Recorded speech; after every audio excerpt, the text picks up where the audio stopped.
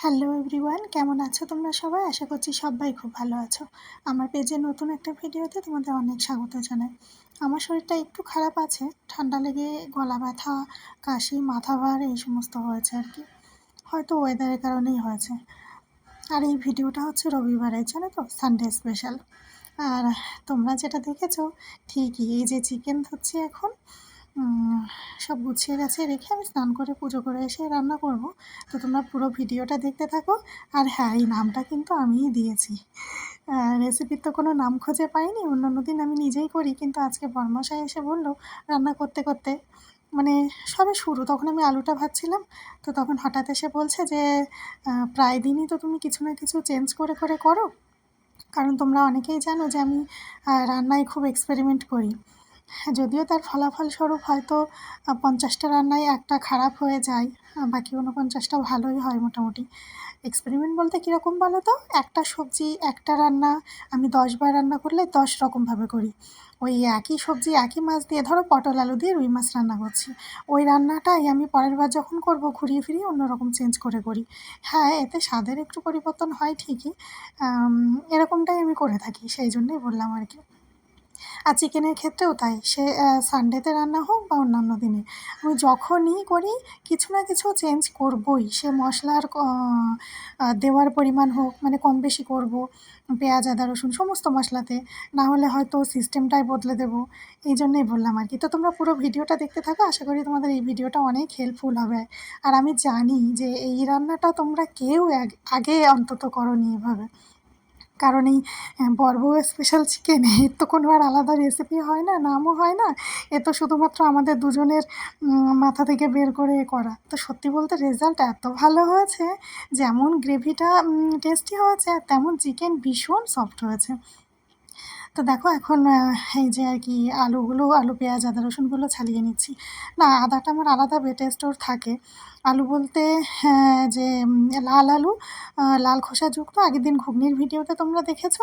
আসলে সাদা আলুগুলো না এই সময় দেখেছি প্রত্যেক বছরে, এখানে বলে কি না হয়তো বা কলকাতাতেও, আমার এখন অতটা মনে পড়ে না, এতটাই মিষ্টি লাগে না যে বেশিরভাগ রান্নাগুলোতে কিন্তু মানায় না। মিষ্টি মিষ্টি হয়ে গেলে স্বাদটাই কেমন হয়ে যায় না বলো? তো সেই কারণেই আমরা এই যে সময় আলু এরকম হয় তখন আমরা ওই লাল আলুগুলো কিনে নিয়ে আসি।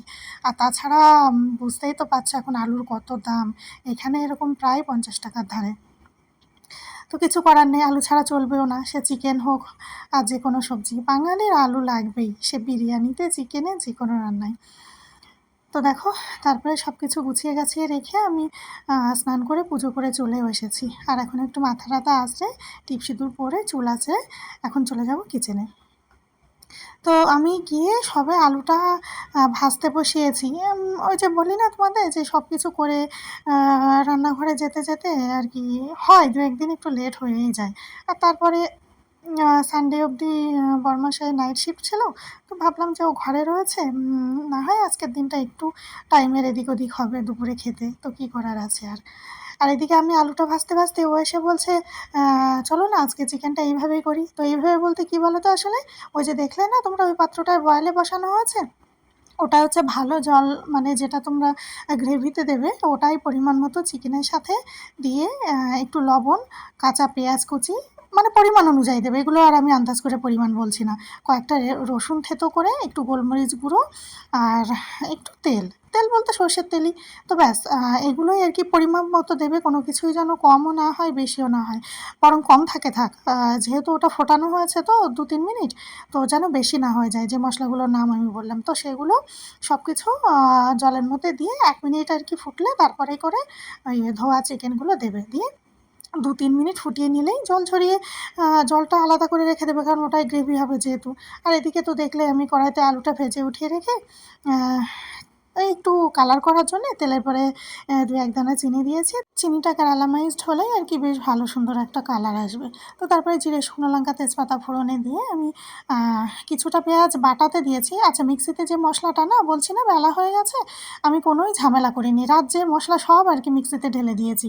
কয়েক কোয়া রসুন, আধা পেঁয়াজ, যেহেতু পেঁয়াজটা বড়ই ছিল অর্ধেকটা কেটে কুচিয়ে আমি এই যে তেলের পরে দিয়ে ভেজে নিয়েছি, আর বাকি অর্ধেকটা আমি মিক্সিতেই দিয়ে দিয়েছি। তারপর রসুন, আদা, অল্প একটু জিরে গুঁড়ো, অল্প একটু ধনিয়া গুঁড়ো, অল্প একটু গরম মশলা গুঁড়ো, একটা টমেটো, সমস্ত কিছু মশলা একবারেই পেস্ট করে নিয়েছি। তারপর এদিকে কড়াইতে ফোড়নের সাথে পেঁয়াজটা একটু গোল্ডেন ব্রাউন হয়ে এলেই 1 চামচ মতো রসুন বাটা দিয়েছি। রসুন কত জায়গায় দেবো বলো? 3 জায়গায় অলরেডি দেওয়া হয়েছে। তোমরা হয়তো বলবে না হলে এটা কম থেকে গেছে, ওটা কম থেকে গেছে। সেদ্ধ সময় দিলাম, এই যে ভাজার সময় দিলাম, বাটা মশলায় দিলাম। তো তারপরে সমস্ত মশলা একবারে দিয়ে বেশ লবণ হলুদ দিয়ে মশলাটা তেল ছেড়ে এলে তারপর ওই যে ভাজা আলু আর সেদ্ধ চিকেনটা দিয়ে, আর হলুদ আমি যেহেতু একটু শেষের দিকেই দিই, দিয়ে তারপরে বেশ কষাতে কষাতে যখন দেখবো যে না এবার জল দেওয়ার টাইম হয়ে এসেছে তখন ওই চিকেনের স্টকটা দেবে। ব্যাস ইজি রেসিপি। চিকেনের আর কি রেসিপি বলবো, যেহেতু একটু আলাদা করেই করেছি ওই জন্যই তোমাদের দেখালাম। নাহলে কিন্তু আমি সচরাচর চিকেনের রেসিপি দিতে চাই না। আমি জানি যে এটা প্রত্যেকেই করে, প্রত্যেকেই ভালো পারে, সেটা সবারই জানা থাকে। আর দেখো এদিকে ওই যে পেঁয়াজটা শেষে দিতে দেখলে না, চিকেনটা বয়েল অবধি কিন্তু বড়ের রেসিপি ছিল, আর যখনই মশলার সাথে কষিয়ে লাস্ট অবধি ফিনিশিং করেছি সেটা হচ্ছে বউয়ের রেসিপি। তার জন্য আজকে চিকেনের রেসিপির নাম হচ্ছে বউ স্পেশাল রেসিপি। যাই হোক, একটু হাসি মজা হলো আর কি। আর শেষে যে পেঁয়াজটা দিয়েছি ওটা আমি আমার নিজের বুদ্ধিতে দিয়েছি, এর আগেও আমি প্রচুরবার করেছি, এতে করে ভালোই হয়। কেউ আবার বলো না যে এতে কাঁচা পেঁয়াজের গন্ধ বেরোবে, কিচ্ছু হয় না গো। তারপরে ঢাকা চাপা দিয়ে দেখেই নিলে, মাঝপথে আমি আবার কিচেনটা ক্লিনও করে নিলাম, কারণ চিকেন রান্নার দিন কী হয় সেটা সবাই জানো, আর কি বলবো এটা নতুন করে। সময় ওয়েস্ট হবে, তো পেঁয়াজটা দিয়ে আমি একটুখানি ঢাকা রেখে, কারণ ওটা একটু চিকেনের সাথে মিশে যেতে টাইম লাগবে না, তো সেজন্য আর কি। তো তারপরে আবার শেষে মোছাটা হয়ে গেলেই আবার শেষে একটুখানি গরম মশলা গুঁড়ো দিয়ে তারপরে আবার একটুখানি ঢাকা রেখে 1 মিনিট পরে এসে নামিয়ে নিয়েছি। ব্যাস হয়ে গেছে। আর এই যে এখন বরমাশাইকে খেতে দিয়ে দিলাম, আর আমিও নিয়ে বসবো একবারে, কারণ বেলাও হয়ে গেছে, আর তারপরে গরম লেগে গেছে, খিদে লেগে গেছে, সব একসাথেই পেয়েছে আর কি। সত্যি মানে চিকেনটা এত টেস্টি হয়েছে, আর কি পরিমাণ সফট হয়েছে, না তো টক দই দিয়েছি, না ভিনিগার, না লেবু, কিচ্ছু না। সব কিছুই আমার ঘরে ছিল, থাকে, আমি কখনোই দিই না। ওই যে বলি না, এক্সপেরিমেন্ট করতে গিয়ে এক এক সময় এক এক রকমভাবে করি। তো তোমরাও চাইলে কিন্তু একবার এইভাবে ট্রাই করতেই পারো। সত্যিই খুব ভালো হয়েছিল, জানো না তো, মানে চিকেনটা এত সফট, আর সাথে গ্রেভিটাও খুব টেস্টি হয়েছিল। তো আজকের এই বড়বউয়ের স্পেশাল চিকেন রেসিপি তোমাদের কেমন লাগলো কমেন্ট করে জানাতে ভুলো না কিন্তু। তো ভিডিওটা আজকে এখানেই এন্ড করছি, কেমন লাগলো অবশ্যই কমেন্ট করে জানিও। ভালো লাগলে একটা লাইক করে দিও, আর আমার পেজে নেক্সট ভিডিওগুলো পেতে অবশ্যই পেজটাকে ফলো করে আমার সাথে থেকো।